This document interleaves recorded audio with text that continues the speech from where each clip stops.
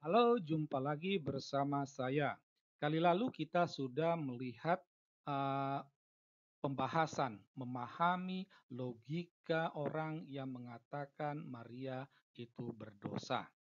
Nah, kali ini saya mau mengajak Anda untuk mengkritisi logika Maria berdosa, ya.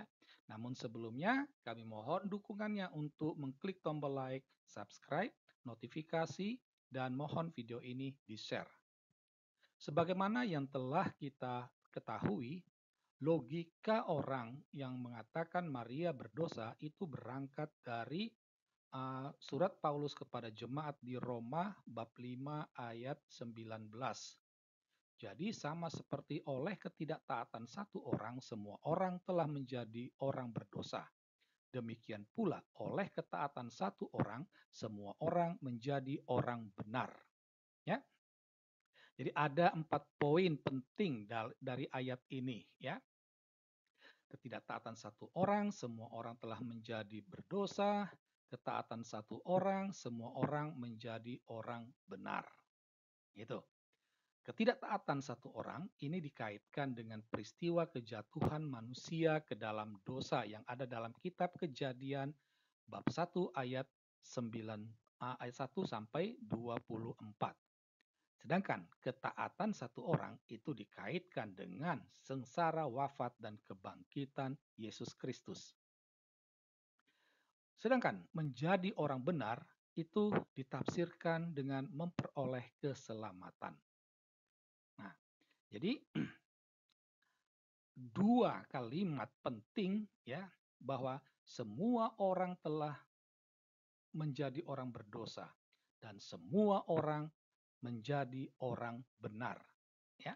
Nah, dengan menggunakan logika inilah, ya, akhirnya mereka melihat bahwa Maria itu adalah orang.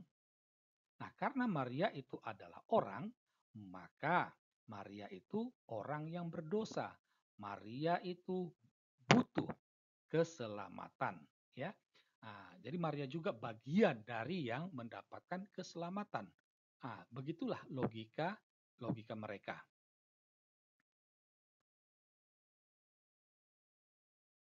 Nah, semua yang logis belumlah tentu itu benar, ya.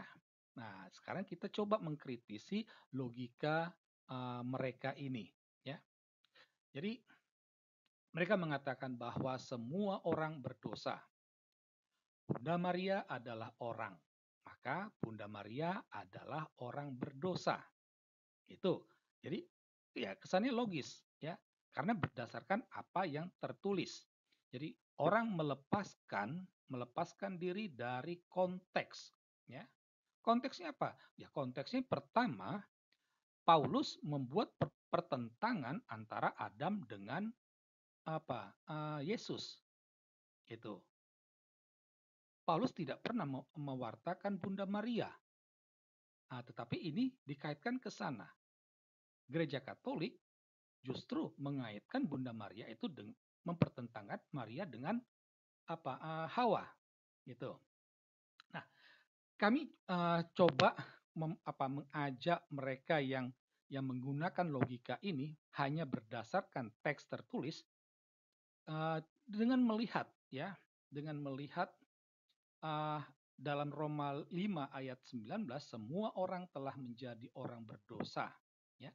Nah, saya mengajak kita buka dalam kitab Kisah Para Rasul bab 26 sampai ayat 23 atau Kolose 1 ayat 18. Di sana dengan tegas dikatakan bahwa Yesus yang pertama bangkit. Itu. Jadi Yesus yang pertama bangkit. Di sana dikatakan. Nah, kalau orang berangkat dari pernyataan ini bahwa Yesus yang pertama bangkit berarti sebelum Yesus tidak ada yang bangkit. Itu. Logikanya kan begitu. Nah, bagaimana orang bisa memahami tentang Elia dan Musa dalam kisah penampakan Yesus menampakkan kemuliaannya di Bukit Tabor, di mana Yesus berbicara dengan Elia dan Musa. Gitu. Kalau mereka belum belum bangkit, ya berarti masih apa? Mereka masih dikubur. Nah, ini kan tidak masuk akal. Yesus apa ngobrol dengan Elia, berarti kan mereka sudah bangkit. Berarti Yesus bukan yang pertama. Atau bagaimana kita bisa menjelaskan pernyataan para murid ketika Yesus bertanya, "Siapakah menurut orang siapakah aku ini?" Mereka mengatakan, "Oh, para nabi yang bangkit. Oh, Yohanes yang bangkit." Jadi para murid itu percaya bahwa para nabi itu sudah ada yang bangkit. Yohanes Pembaptis sudah ada yang bangkit. Atau bagaimana kita memahami kisah Abraham ya dalam kisah orang kaya dengan Lazarus yang miskin. Itu Abraham ada di apa? Surga bersama Lazarus. Berarti Yesus bukan yang pertama bangkit. Ah, kalau menggunakan logika orang yang mengatakan Bunda Maria berdosa hanya berdasarkan teks tertulis, ya. Atau dalam Roma 1 ayat 16, ya, bahwa kekuatan Allah menyelamatkan setiap orang, pertama-tama orang Yahudi, juga orang Yunani. Lantas di mana orang Romawinya? Di mana orang Indonesianya? Tidak ada. Berarti keselamatan itu hanya untuk apa? Yahudi dan Yunani. Ini karena orang tidak memahami gaya pikir Paulus. Dari pemaparan di atas, kita sampai pada kesimpulan logis, ya. Pertama, yang harus kita katakan, ada bahaya. Ada bahaya kalau kita menafsirkan ayat kitab suci hanya berdasarkan teks tertulis, ya. Itu ada bahayanya. Dan itulah yang dilakukan oleh orang-orang dengan mengatakan Bunda Maria berdosa hanya berangkat dari teks yang tertulis. Itu. Dan ini ada bahayanya. Yang pertama, kita akan jatuh ke dalam kesesatan, ya.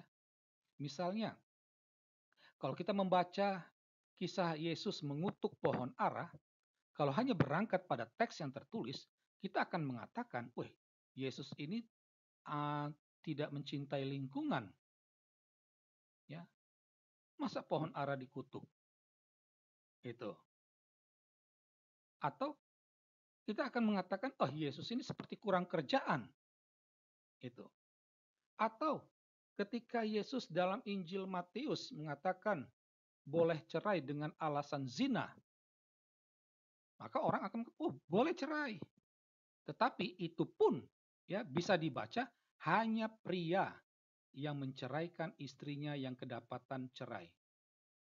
Kalau suaminya yang berzina, tidak ada tertulis dalam itu, berarti tidak boleh cerai. Nah, ini kan jadi kacau. Makanya bisa jatuh ke dalam kesesatan kalau kita menafsirkan ayat kitab suci hanya berdasarkan teks tertulis. Selain itu juga tafsiran tafsiran itu akhirnya hanya berdasarkan selera pribadi. Ya contoh ya seperti yang dilakukan dua pendeta tersebut dengan mengatakan Bunda Maria berdosa, ya. Itu. Jadi semuanya itu berdasarkan interes pribadi, akan menjadi bertentangan dengan kehendak Allah. Nah, demikianlah ulasan kita yang mengkritisi logika orang yang mengatakan Bunda Maria itu berdosa. Sekian dan terima kasih.